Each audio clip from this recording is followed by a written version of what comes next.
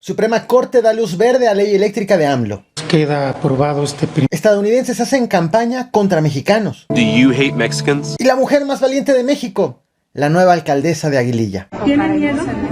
Bienvenidos al Caporal del 7 de abril. Comenzamos.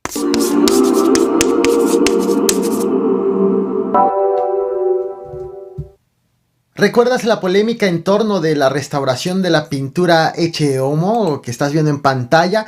Esto en la comunidad de Borja, España, que lo hizo una persona no profesional. Bueno, en México ha ocurrido una denuncia un tanto similar. El historiador Javier Lara alertó al Instituto Nacional de Antropología e Historia, al INAH, que en el municipio de Aculco, en el Estado de México, asignaron a una artista visual, presumiblemente dedicada a hacer tatuajes, para que intervenga sin autorización del INAH la capilla de la ex hacienda de Arroyo Zarco. Así estaba este remate barroco, lo estás viendo en pantalla. Originalmente, obviamente ya con el deterioro producto del tiempo, la humedad, y así lo dejaron. Así terminó este remate barroco. Te muestro cómo fue el proceso de la restauración.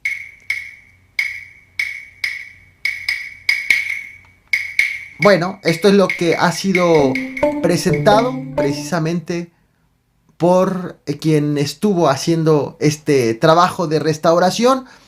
Han sucedido muchas cosas desde la denuncia. El pasado viernes 1 de abril, el INAH informó que ya había sido corroborada la denuncia, que la capilla del siglo XVIII fue intervenida por personal no autorizado, que la afectación abarcaba un área aproximadamente de 2 metros cuadrados, por lo que fueron suspendidos los trabajos. Ya calcularon los daños y están elaborando una propuesta para revertirlos. Además de que las autoridades eclesiásticas se comprometieron a atender los lineamientos del INAH para darle el correcto mantenimiento. Mira nada más.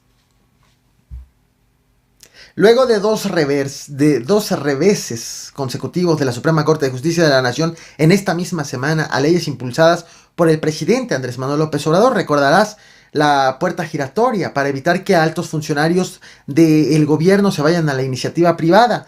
Echaron para atrás el candado de 10 años y también echaron para atrás la posibilidad de que el presidente de la República sea capaz de gastar de manera discrecional el dinero resultante de las medidas de austeridad. Bueno, este jueves 7 de abril, la Suprema Corte de Justicia de la Nación debatió otro asunto impulsado por el gobierno de México, por el presidente Andrés Manuel López Obrador, y en esta ocasión dio luz verde a la reforma a la ley de la industria eléctrica. Eran necesarios 8 votos para frenarla, pero solamente los ministros aportaron 7, de tal forma que fue declarado constitucional. Ahora la Cámara de Diputados se prepara para sesionar de manera extraordinaria y aprobar la reforma. Está calculado que esto lo hagan en plena Semana Santa. El aval a la reforma se da en medio de presiones del Ejecutivo al Judicial, con una visita del secretario de Gobernación a los ministros ayer, y también presiones del gobierno de Estados Unidos al gobierno mexicano, el gobierno estadounidense, que está en contra de esta ley, y con una visita, por cierto, del embajador de Estados Unidos en México, Ken Salazar, a Palacio Nacional ayer, hace unas horas.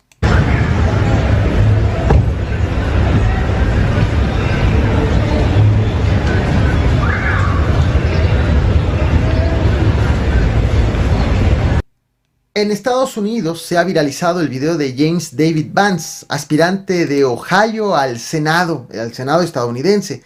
Ha revivido el discurso anti-inmigrante de Trump y en específico con un discurso anti-mexicano. También la del gobernador de Texas, Greg Abbott, quien no se queda atrás.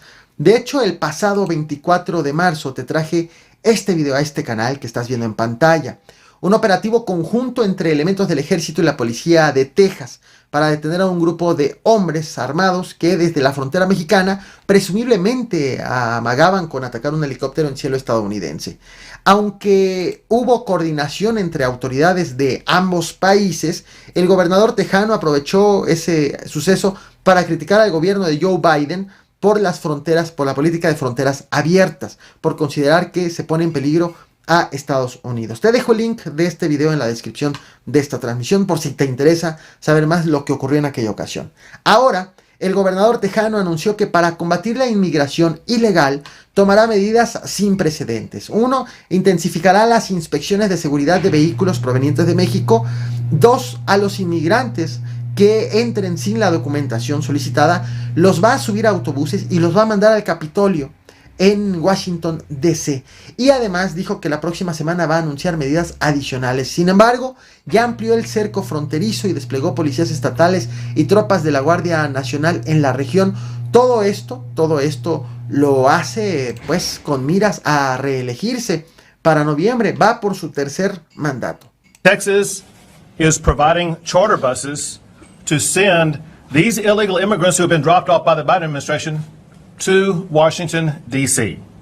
En las últimas 2 semanas a la frontera de México con Estados Unidos, principalmente del lado de Tijuana, Baja California, han llegado alrededor de 2,000 ucranianos huyendo de la guerra, pretendiendo ingresar a los Estados Unidos. El contingente se ha sumado al ya existente, principalmente conformado por centroamericanos.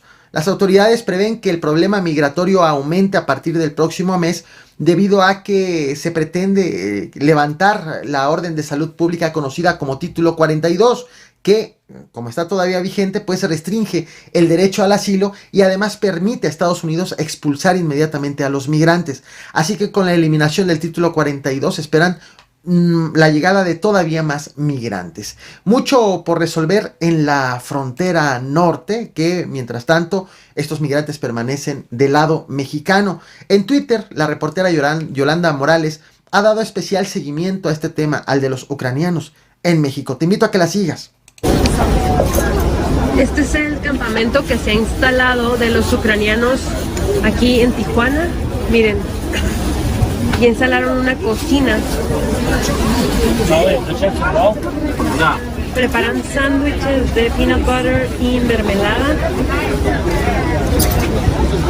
Y también hay sándwiches con ensalada, galleta, todo hecho por voluntarios.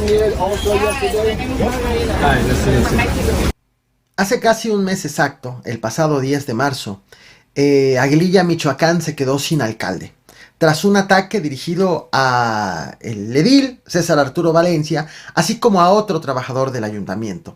Sobre estos temas te traje estos 2 videos que estás viendo en pantalla. Finalmente, este jueves 7 de abril, la presidencia municipal volvió a estar ocupada. María de Jesús Montes Mendoza rindió protesta como alcaldesa de Aguililla en la sede del Congreso del Michoacán, del Congreso Estatal, de tal forma que rindió protesta con 29 votos en favor y con la ausencia de 11 legisladores. Hacer guardar y hacer guardar la Constitución política de los Estados Unidos mexicanos, la particular del Estado y las leyes que de ambas emanen, y desempeñar leal y patrióticamente el cargo de presidenta municipal sustituta del Honorable Ayuntamiento Constitucional de Aguililla, Michoacán, que se le ha conferido. Ella tiene 44 años de edad y es originaria de la comunidad de Naranjo de Chila. Fue regidora por el PRD entre los años 2015 y 2018 y posteriormente, del 18 a la fecha, o hasta ayer, había sido regidora por el Partido Verde. Tras la toma de protesta, hubo 2 preguntas clave, preguntas interesantes que le hicieron a la nueva alcaldesa. 1. ¿Ya solicitó protección del gobierno estatal o del gobierno federal? 2. ¿Tiene miedo? Te muestro lo que respondió la nueva alcaldesa de Aguililla, Michoacán, uno de los lugares más peligrosos de México.